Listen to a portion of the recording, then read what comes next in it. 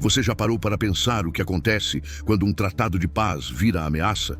Quando, em vez de uma assinatura cerimoniosa, um país recebe um ultimato? E se esse ultimato viesse não de um inimigo, mas de um aliado histórico? Foi exatamente isso que aconteceu. Há poucos dias da data marcada para o encerramento das negociações comerciais entre o Canadá e os Estados Unidos, o que deveria ser o capítulo final de um acordo trilateral, transformou-se num episódio imprevisível de tensão geopolítica. Não houve brinde nem sorrisos. Em vez disso, houve um novo ataque. Não com tanques, mas com tarifas. Não com diplomatas, mas com declarações. Na manhã em que a imprensa esperava a confirmação dos termos finais do acordo, a Casa Branca fez o oposto. O presidente Donald Trump ameaçou impor tarifas ainda mais altas ao Canadá, rompendo não apenas o espírito das negociações, mas a lógica de previsibilidade que sustenta relações comerciais maduras. O anúncio foi feito com a teatralidade habitual, não por meio de canais diplomáticos, mas com declarações públicas e recados velados. Mas o que chama a atenção não é a ameaça em si.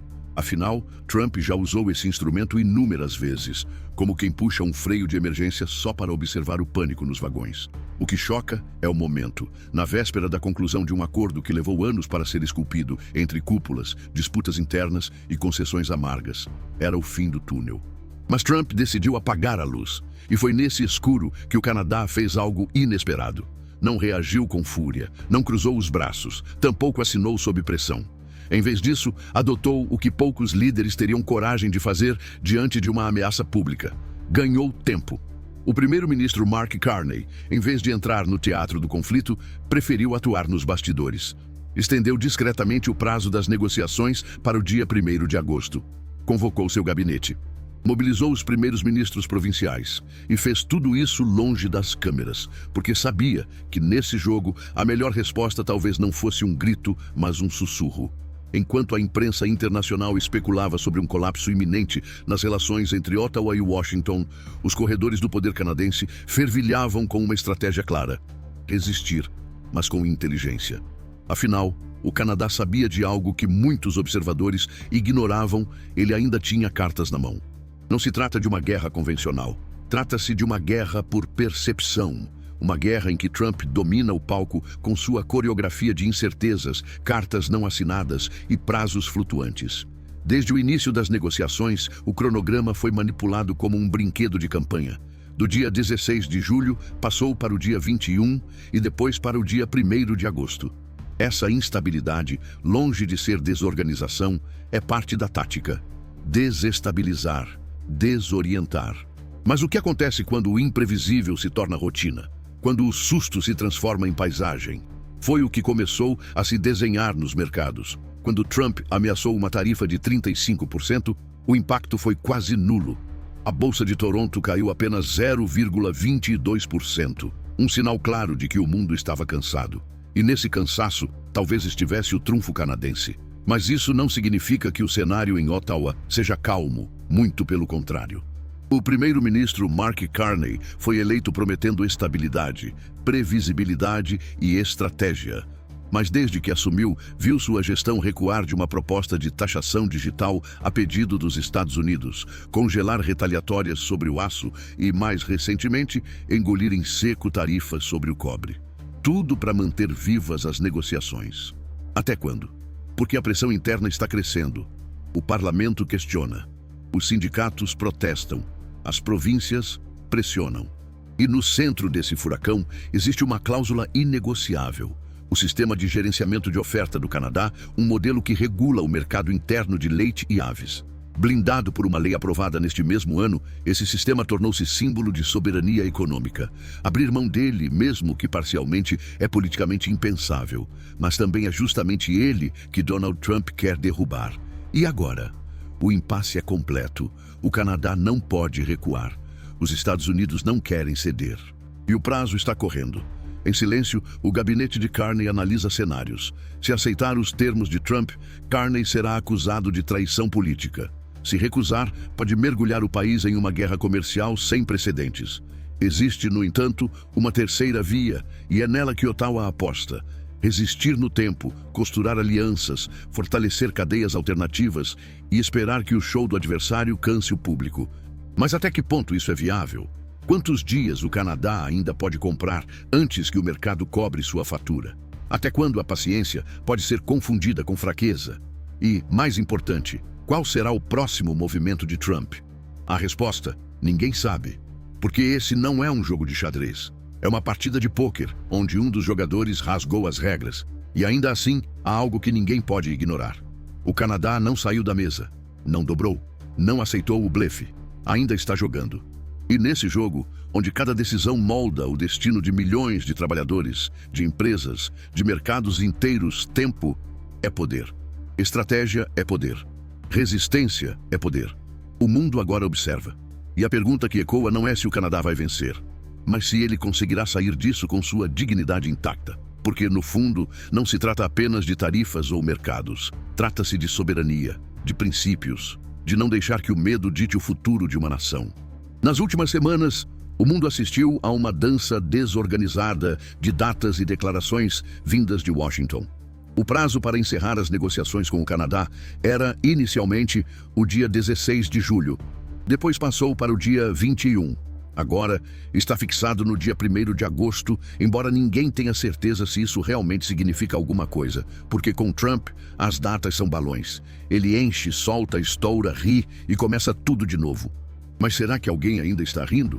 Quando a ameaça da tarifa de 35% foi lançada, esperava-se que os mercados reagissem com pânico, mas isso não aconteceu. A Bolsa de Toronto caiu apenas 0,22%.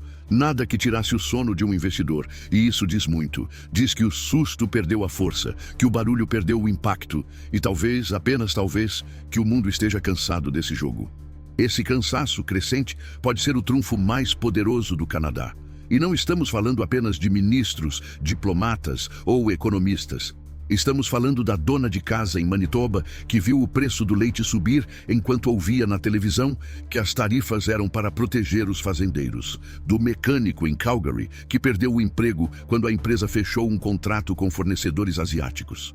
Do estudante universitário em Montreal que já não consegue mais pagar o aluguel porque os custos das importações explodiram e tudo ficou mais caro. São essas vidas comuns que sentem na pele os efeitos do espetáculo caótico de Trump. Porque para ele, tudo é performático, até mesmo o sofrimento das famílias. O objetivo é gerar pressão, provocar confusão e transformar o parceiro comercial em um inimigo improvisado para fins de campanha eleitoral. E isso funciona até que deixa de funcionar. E talvez estejamos chegando nesse ponto. A cada novo ciclo de ameaça, os países deixam de se assustar e começam a se preparar. O Canadá está aprendendo isso, está internalizando essa nova lógica e, mais importante, está começando a aplicar sua própria estratégia. Uma estratégia que é profundamente eficaz. Paciência. Veja o exemplo da Digital Services Tax, o imposto sobre serviços digitais. O Canadá recuou. Foi uma concessão dura, porque o objetivo era justamente tributar empresas gigantes como Amazon e Google, que lucram bilhões sem pagar impostos proporcionais. Mas Ottawa fez isso não porque desistiu da soberania fiscal. Fez porque sabia que esse gesto teria valor na mesa de negociação. Foi uma jogada. E no jogo da paciência, cada movimento tem um custo e um propósito. Outro exemplo vem da coordenação interprovincial. Em vez de buscar manchetes, o Canadá está fortalecendo sua casa por dentro.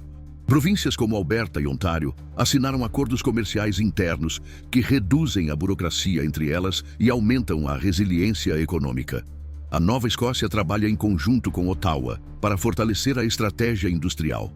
Isso não sai na capa dos jornais, mas constrói uma base sólida que resiste a abalos externos, como o de Trump. E há um terceiro fator mais palpável: a diversificação.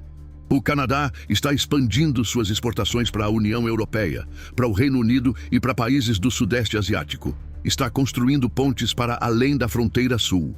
E essas novas rotas comerciais, embora não substituam os Estados Unidos da noite para o dia, reduzem o poder de chantagem de Washington. Quanto mais portas abertas, menos o Canadá depende de uma só fechadura. Mas o elemento mais fascinante desse embate não é o que está sendo dito, é o que está sendo sentido. Há um desgaste emocional, uma exaustão coletiva diante da imprevisibilidade. Empresários não conseguem planejar. Trabalhadores não sabem se terão emprego no próximo trimestre. Governos locais não têm base para definir orçamentos. E mesmo o cidadão comum, que apenas quer estabilidade para viver sua vida, começa a desconfiar da promessa de grandeza feita em nome de tarifas. E então vem a pergunta que não quer calar. Até quando Trump conseguirá sustentar sua performance sem aplausos? Porque, no fundo, o caos não é infinito. Ele precisa de impacto, de reação, de surpresa. Quando tudo vira ameaça, nada mais assusta. Quando toda semana é uma crise, nenhuma delas parece urgente. E quando o inimigo muda a cada pronunciamento, o público perde o fio da narrativa. E é nesse vazio que o Canadá começa a encontrar força. Mark Carney entendeu isso. Não por ser carismático ou populista, mas por ser estrategista.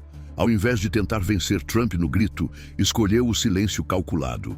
Ao invés de responder com outra ameaça, responde com tempo. Ele aposta que, no fim das contas, o mundo ainda valoriza acordos duráveis mais do que manchetes explosivas. Mas é uma aposta arriscada, porque o relógio está correndo. E como em toda peça de teatro, o último ato ainda pode trazer um plot twist. Ainda há espaço para Trump dobrar a aposta. Ainda há espaço para que o Canadá seja empurrado além do limite. Ainda há riscos reais para a economia, para os empregos, para o futuro. Só que agora, a diferença é que o Canadá não está mais tentando sobreviver à tempestade. Está aprendendo a navegar nela. E você, que está assistindo tudo isso de longe, talvez se pergunte, o que isso tem a ver comigo? A resposta é, tudo. Porque no mundo de hoje, onde decisões tomadas em Washington afetam o preço do arroz no seu mercado, onde tarifas impostas por um presidente afetam a sua fatura do cartão de crédito, onde a instabilidade internacional bate na porta da sua casa, ignorar a política é um luxo que ninguém pode mais se dar.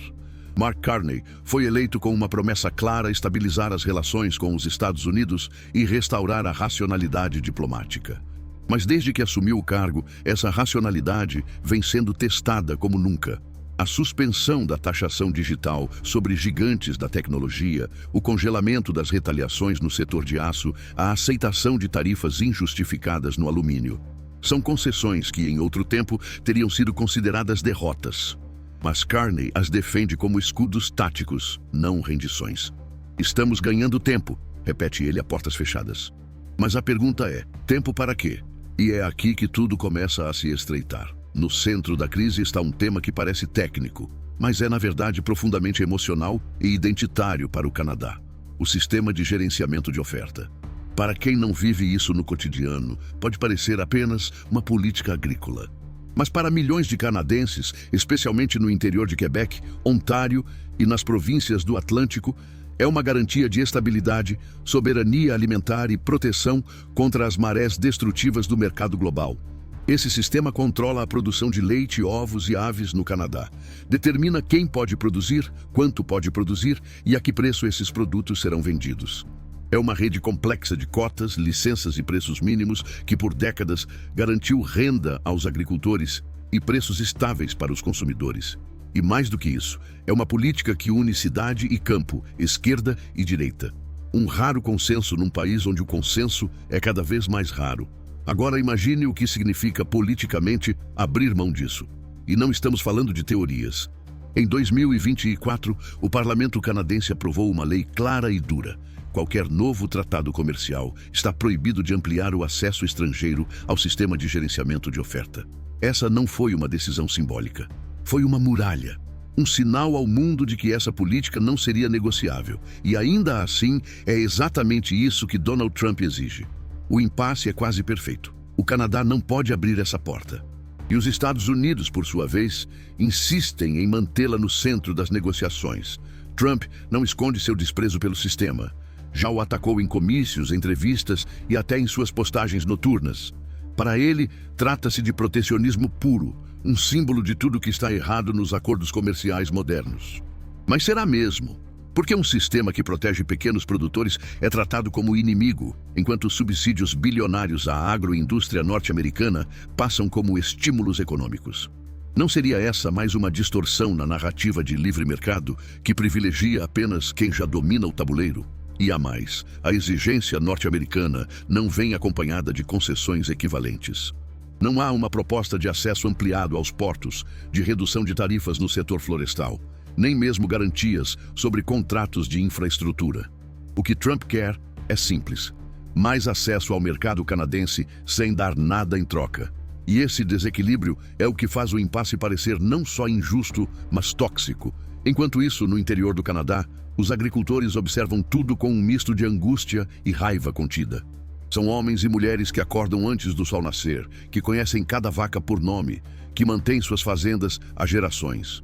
Muitos deles nunca participaram de um protesto, nunca foram a Ottawa, mas agora estão se organizando, porque sabem que, se o sistema de gerenciamento cair, o que virá não será liberdade de mercado, será concentração, falência, desaparecimento.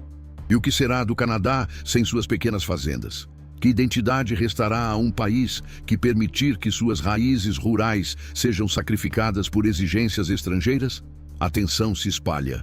Sindicatos agrícolas pressionam o parlamento. Representantes provinciais exigem garantias formais. E, enquanto isso, o gabinete de Carney precisa encontrar uma solução que preserve a integridade da política nacional sem explodir a mesa de negociações.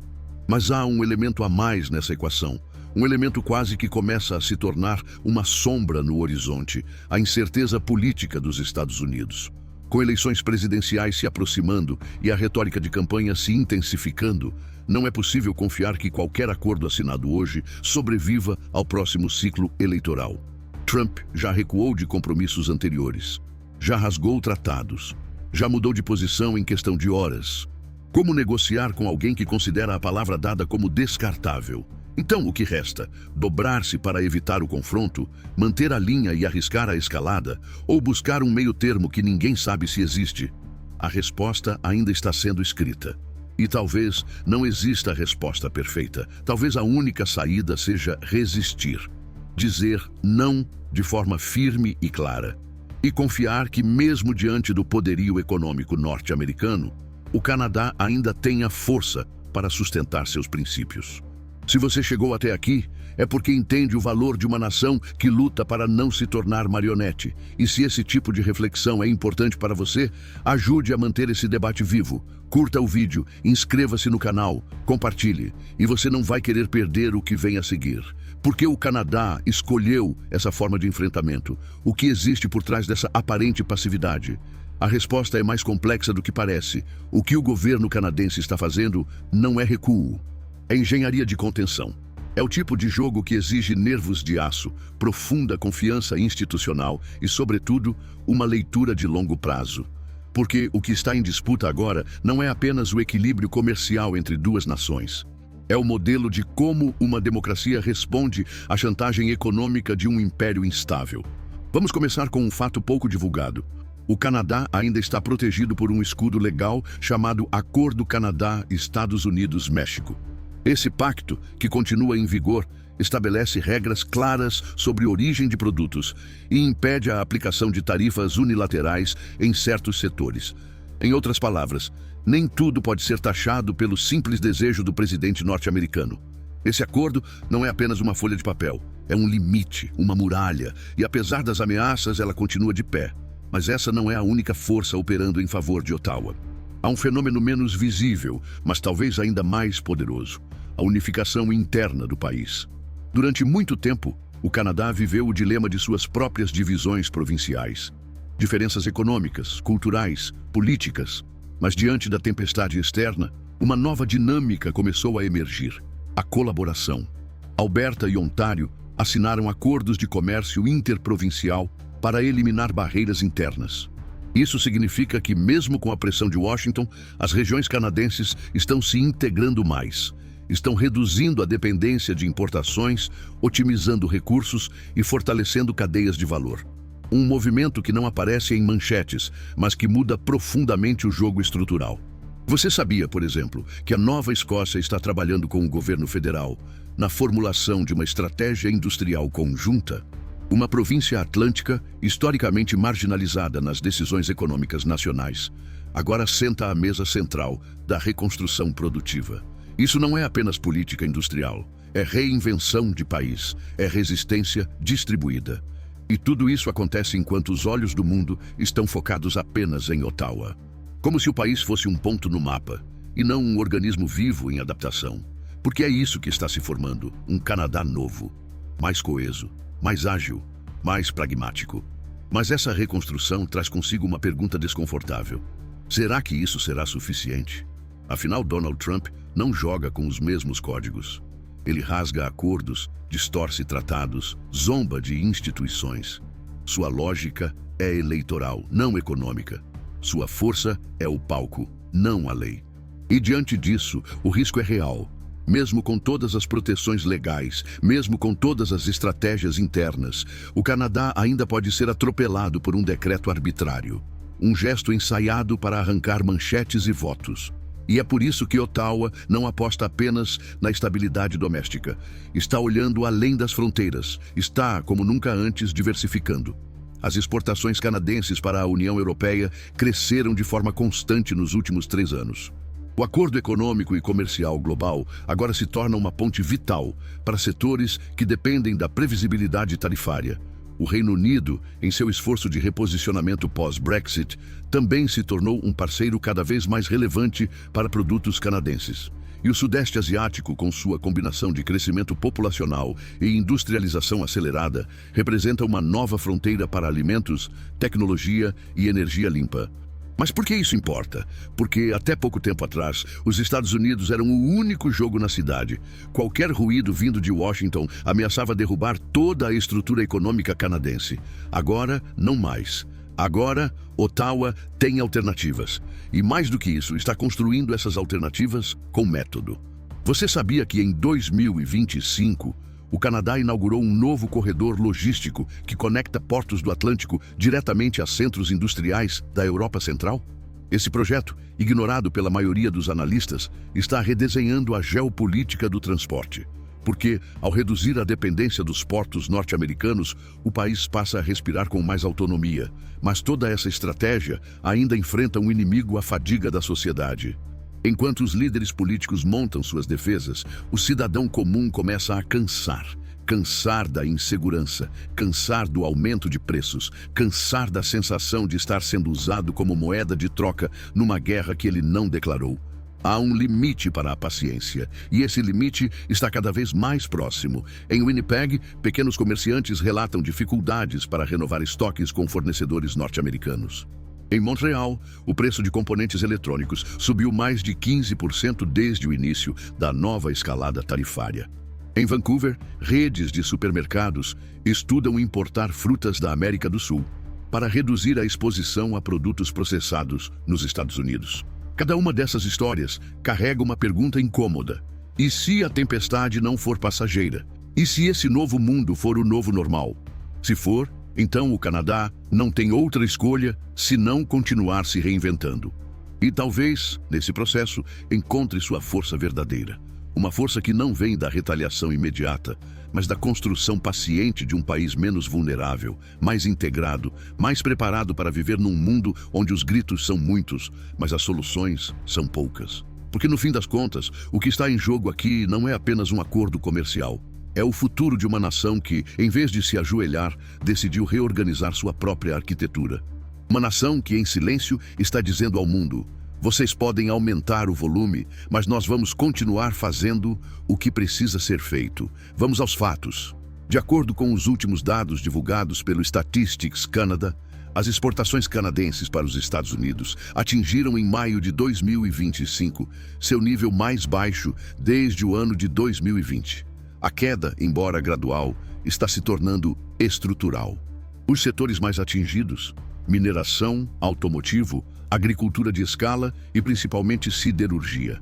O aço e o alumínio canadenses, que um dia foram símbolos da cooperação produtiva norte-americana, hoje enfrentam tarifas de 25% e 50%, respectivamente. Em outras palavras, estão sendo punidos como se fossem uma ameaça. Mas punidos por quê?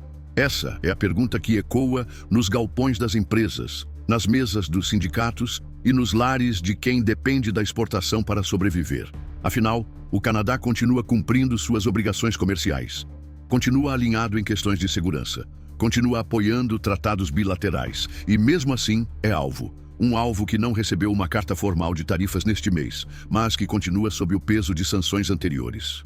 Como se o silêncio canadense fosse visto por Washington não como estratégia, mas como fraqueza. E aí está o paradoxo.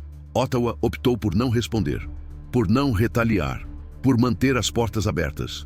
E ainda assim, paga o preço por estar no jogo, mesmo sem provocar. Mesmo tentando construir pontes, porque para Donald Trump, a cooperação é apenas mais uma moeda de barganha, e a ausência de conflito, em vez de ser valorizada, é interpretada como submissão, como um cheque em branco. O Canadá congelou sua política de retaliação no aço. Retirou discretamente o imposto sobre serviços digitais que afetava empresas norte-americanas como Amazon e Google. Suspendeu iniciativas bilaterais para evitar mais atritos. Tudo isso foi feito com um único objetivo: manter vivas as negociações comerciais, evitar uma escalada, evitar que o caos substituísse a institucionalidade. Só que a paciência, por mais estratégica que seja, não é infinita. Em Montreal, a Associação de Pequenas e Médias Indústrias publicou uma carta aberta ao governo federal questionando a falta de resposta formal às tarifas ainda vigentes. Em Toronto, empresários do setor de autopeças relatam cancelamentos de encomendas para o segundo semestre, já que os clientes norte-americanos migraram para fornecedores internos incentivados por subsídios diretos da Casa Branca. E no oeste do país, especialmente em Alberta, o setor agroindustrial começa a se ressentir da perda de competitividade. Estamos diante de um fenômeno chamado erosão silenciosa. Não se trata de um colapso súbito, mas de um encolhimento lento. Um recuo de mercado, de confiança, de estabilidade, e a cada semana que passa sem uma solução, mais profunda fica a ferida. Isso nos leva a uma pergunta fundamental: qual é o limite da diplomacia? Será que manter uma postura moderada ainda é suficiente num cenário onde o outro lado joga para destruir? Será que o Canadá pode se dar ao luxo de esperar indefinidamente, enquanto sua base produtiva é corroída sob seus pés? Há quem diga que sim, que essa é a única saída, que qualquer resposta mais agressiva traria consequências ainda piores, que retaliar agora seria entregar a Trump o que ele quer, um inimigo. Mas há também quem diga que o tempo da paciência acabou, e é aqui que a narrativa começa a rachar, porque enquanto o governo federal tenta manter o tom institucional, vozes das províncias, dos sindicatos, das associações comerciais e até de parlamentares aliados começam a se levantar com mais força. Não podemos continuar agindo como se tudo estivesse sob controle, declarou um membro do parlamento em sessão extraordinária. Não estamos em paz, estamos em contenção, e isso tem um custo. Esse custo aparece, por exemplo, no número crescente de trabalhadores do setor industrial, que estão entrando em programas de assistência temporária, no aumento da ociosidade nas fábricas de Hamilton, no fechamento progressivo de contratos em indústrias pesadas de Quebec. E talvez o mais simbólico, na decisão recente de um consórcio de empresas canadenses de suspender investimentos em expansão previstos para o terceiro trimestre de 2025. Mas não é apenas a economia que sofre. A moral nacional também. O Canadá sempre se orgulhou de sua postura equilibrada no cenário internacional, de seu papel como mediador, como defensor da ordem multilateral, como exemplo de estabilidade. Mas agora, essa imagem está sendo posta à prova, porque o que está em jogo não é apenas a relação com os Estados Unidos, é a forma como o país se posiciona diante do abuso, diante da chantagem. E é justamente por isso que a decisão de revogar a taxação digital foi recebida com tanto desconforto. Não foi apenas uma concessão técnica, foi um gesto simbólico, um sinal de que, diante de pressão, o Canadá recua. E esse tipo de sinal, numa negociação assimétrica, tem consequências graves. É importante lembrar que, mesmo sem ter recebido uma nova carta de tarifas, o Canadá continua sob ameaça, porque a incerteza é, em si, uma arma. E Donald Trump sabe disso. Ele cria zonas cinzentas. Evita decisões formais para manter o outro lado em alerta. E, enquanto isso, mantém sua base eleitoral mobilizada com a narrativa do nós contra eles. É por isso que este momento é tão crítico, porque o governo de Mark Carney está no fio da navalha. Ele precisa manter o país unido, preservar a credibilidade internacional, evitar o colapso das negociações, mas, ao mesmo tempo, precisa mostrar que o Canadá tem limites, que tem dignidade, que sabe dizer basta. Essa não é uma equação simples. Não existe resposta perfeita, Mas existe uma urgência crescente, e ela se reflete em cada estatística que piora, em cada contrato que não é renovado, em cada trabalhador que volta para casa sem saber se terá salário no mês seguinte. Você consegue imaginar um país inteiro acordando num dia comum para descobrir que uma de suas maiores exportações foi colocada na beira de um abismo com um simples clique, com um anúncio seco, com uma frase de efeito, sem aviso, sem negociação, sem cerimônia? Foi assim, em 9 de julho, que o Canadá soube. Donald Trump havia decretado uma tarifa de 50% sobre todas as importações de cobre. O cobre não é apenas um metal, é o sistema nervoso da economia moderna. Está nos cabos de energia, nos motores elétricos, nas turbinas eólicas, nos circuitos de computadores, nos celulares, nos carros híbridos, e cada tonelada exportada carrega consigo empregos, impostos, contratos, investimentos, esperança. Esperança de futuro, de progresso, de estabilidade. Agora, essa esperança corre o risco de se tornar sucata. Em 2023, o Canadá exportou mais de 9 bilhões e 300 milhões de dólares canadenses em cobre e derivados. Desse total, quase 5 bilhões foram diretamente para os Estados Unidos. Metade de tudo, uma dependência construída ao longo de décadas, com confiança, com previsibilidade, com diálogo. E agora, de repente, esse elo é ameaçado por uma única medida unilateral. Uma canetada que despreza todo o histórico de parceria, todo o compromisso institucional e toda a racionalidade econômica. Mas o mais chocante não é a tarifa em si, é o modo como ela foi anunciada. Donald Trump escolheu sua própria rede social, a Truth Social, para divulgar o novo ataque econômico. Nenhuma reunião com representantes canadenses, nenhuma carta oficial à embaixada, nenhuma chamada telefônica ao primeiro-ministro. Apenas uma postagem, adornada com slogans populistas, dizendo que os Estados Unidos iriam reconstruir sua indústria do cobre e reduzir a dependência de países estrangeiros. Diversas empresas que haviam migrado para o setor nos últimos anos agora se veem encurraladas, sem tempo para reagir, sem mercado alternativo imediato, sem rede de proteção. Em cidades como Sudbury, no norte de Ontário, onde a mineração de cobre sustenta boa parte da economia local, o clima é de insegurança. Pequenas fundições, fornecedores de equipamentos, transportadoras e centenas de trabalhadores começam a refazer cálculos. Se os Estados Unidos realmente aplicarem a tarifa, muitos contratos serão perdidos. Algumas operações podem ser encerradas. E para famílias inteiras, isso significa mais do que números. Significa perda de renda, de estabilidade, de dignidade. A lógica do governo norte-americano é simples, ao menos na superfície, criar escassez externa para estimular a produção interna. Mas a realidade é mais cruel. Os Estados Unidos ainda dependem amplamente da importação de cobre. O país não possui infraestrutura de mineração suficiente para atender à demanda interna. Abrir novas minas exige anos de licenciamento ambiental, investimento massivo e consenso político, algo que neste momento parece inalcançável. Então, o que está por trás dessa tarifa? A resposta está na política, não na economia. Trump quer palco, quer inimigos fabricados. Quer transformar parceiros em obstáculos, porque isso gera manchete, gera aplauso, gera narrativa. Estamos protegendo os trabalhadores americanos, diz ele.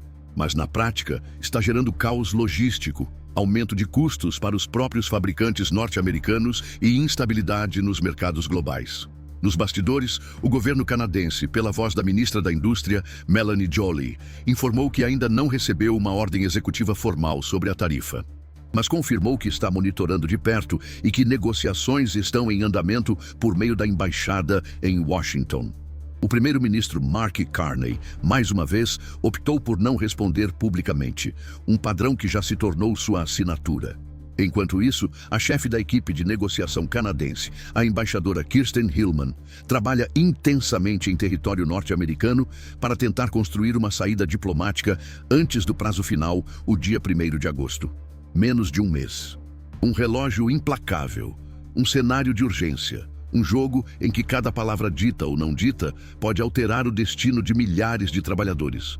O objetivo de Ottawa é claro: garantir uma exceção para o cobre dentro de um acordo bilateral mais amplo. uma cláusula que permita que os produtos canadenses escapem da nova tarifa, algo similar ao que já foi feito no passado com certos bens agrícolas e insumos industriais. Mas desta vez, a pressão é muito maior e o tempo muito menor. A imprensa internacional cobre a tarifa do cobre como mais um episódio da guerra econômica de Trump, como se fosse só mais uma jogada, só mais um decreto, só mais uma crise. Mas para quem vive do minério, para quem depende desse mercado, não é só mais uma. É a diferença entre manter uma empresa aberta ou não, entre manter uma comunidade viva ou não. E talvez seja esse o aspecto mais cruel dessa história: a banalização do impacto humano. O distanciamento entre os decretos de Washington e a vida real das pessoas afetadas.